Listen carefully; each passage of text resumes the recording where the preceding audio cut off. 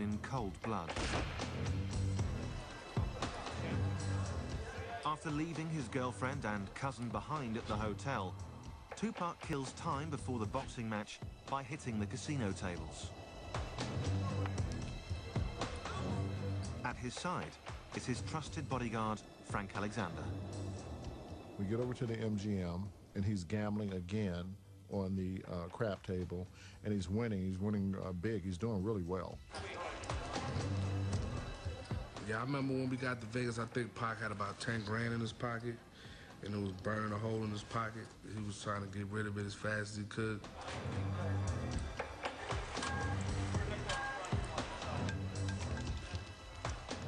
At the table, Tupac is joined by members of the Outlaw Immortals, his backup group. They were his singers and his friends that were on a lot of the songs that he was doing at that time. As usual, everywhere Tupac goes, a crowd follows, especially women.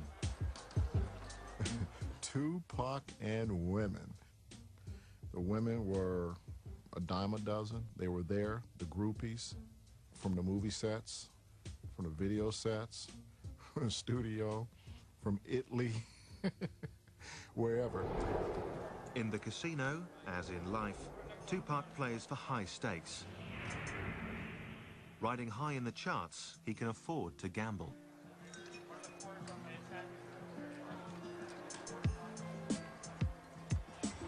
But 25 years earlier, on the streets of East Harlem, New York City, few would have laid bets on the future success of young Tupac Shakur. His mother, Afeni Shakur, a member of the radical Black Panther Party, was arrested and charged, along with 20 other members, for conspiring to blow up local buildings.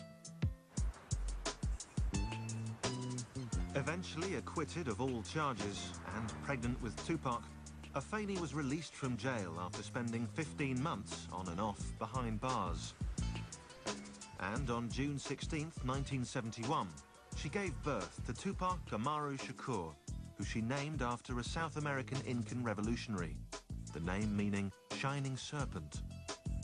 So Shining Serpent is a brilliant spirit. I actually believed in 1971 that giving a child a name empowers him. But what did not help empower young Tupac was the absence of his father, also a Black Panther, who was rarely around. Adding to that instability was crippling poverty, at times rendering Tupac and his mother homeless. But in 1986, despite those hardships, Afeni moved to Baltimore and managed to enroll her son in a unique public high school, the Baltimore School for the Arts. That was a really good experience for Tupac because the other students at the school were all artists. And the environment for artists is different. It's a lot freer. It's a lot less restrictive. In particular, he fell in love with acting and with rap music. I think Tupac always believed he could have it all. He could be an incredible and talented MC. He could be an incredible and talented actor. I think he saw no sort of boundaries or limits for, his potential. In June of 1988, to protect her son from their troubled home life, Afeni sent Tupac to the other end of the country to live with a friend in Marin City, California. But the 16-year-old quickly discovered he had simply traded one nightmare for another. Marin City, one thing that they're known for is a fist fight. Tupac was a little bitty guy. Even him, fully bulked up, is still a little bitty guy, which makes it even more incredible the kind of the guts that this dude has, because he fears no man, woman, child, animal, none of that, because they can only kill you one time. Soon, Afeni joined her son in California, but any hope of a happy family reunion was made impossible by her own personal struggles. My children and I have a bond that is based on the truth and trust. And the bond was broken with a lie. The lie being, I was using drugs, but I can handle it. That's a lie. That lie cost me dearly. Me talking about that period is different from them, because in reality, I found drugs, is what I did. I found the answer. My answer was crack. At 17, Tupac hooked up with neighborhood friend Ray Love to create his first real group, Strictly Dope. We didn't fear nothing. We would jump on the stage and perform right now. We didn't need no trays of food. We didn't need a special type of mic. We didn't need a rider. We didn't need a limo. Nah, just give me just one mic, man.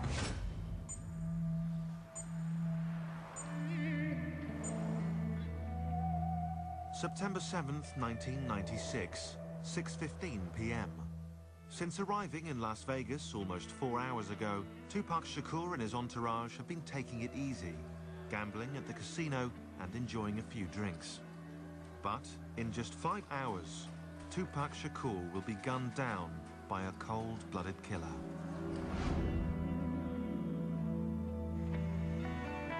On the invitation of his manager and CEO of his record company, Suge Knight, Tupac heads out to see a much-anticipated heavyweight title match between Bruce Seldon and Tupac's close friend, Mike Tyson. Mike and Pac definitely had a friendship, a special kind of relationship with each other. We were all Tyson fans, you know what I mean? Like, Tyson was a hero for us kids from the ghetto. Since their arrival, Tupac has insisted that his girlfriend Kidada and his cousin Jamala stay back at the hotel. This party is just for the boys. And I can remember us saying to each other, like, wow, why would they bring us out here and we can't even go to the fight, we can't go to the parties. He don't even want us downstairs. And he kept saying, please, he begged us, please don't go downstairs, please y'all stay up here. With his girlfriend and cousin safe and sound in their hotel room, Tupac and his bodyguard Frank Alexander head out to the MGM Grand, where the Tyson fight is about to get underway. But for Tupac, getting inside isn't so easy. There were a ton of people. There were a ton of people in line waiting to get into the fight. As we're walking by, hey, that's Tupac. You hear the whispering, oh, that's Pac. You get the groupies and you get the fans, screaming Tupac. As they move through the crowd, adoring fans, however, are not the bodyguard's only concern. The famous rapper also has his share of enemies. His recent song, Hit 'Em Up, a scathing attack on fellow rapper Biggie Smalls, has stirred up anger within the hip-hop community. For Frank Alexander, it's a real concern. And I told Pac, I go, Pac, man, what's up with that song? He was like, oh, man, you heard that, man? He goes, that was off the hook, huh? He goes, they playing it everywhere. He goes, man, it's all in the clubs, man. It's going to be bad. It's going to hot, blah, blah, blah. And I was like, Pac, dude, you're going to need more security. I go, I'm not going to be able to just handle you by yourself. Alexander calls on MGM guards for additional backup. For Tupac, the man who's built a career on confrontation, the constant threat of violence is just par for the course.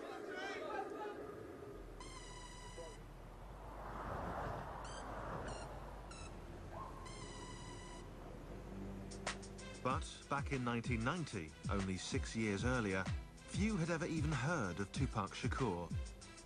Still down and out in Marin City, California, and desperately trying to break into the music business, he caught the eye of established Oakland rapper Shock G, who offered Tupac a gig as a dancer in his group, Digital Underground. He saw Pac had no home to go back to, and, he gave him an opportunity. It was just the break Tupac had been waiting for. Suddenly, the teenager was circling the planet on a world tour. Tupac had a lot of fun running around with Digital Underground. They were calling from Japan, and they were calling from London, and they were calling from Italy, and they were calling from Australia. A natural showman, Tupac graduated from Just Dance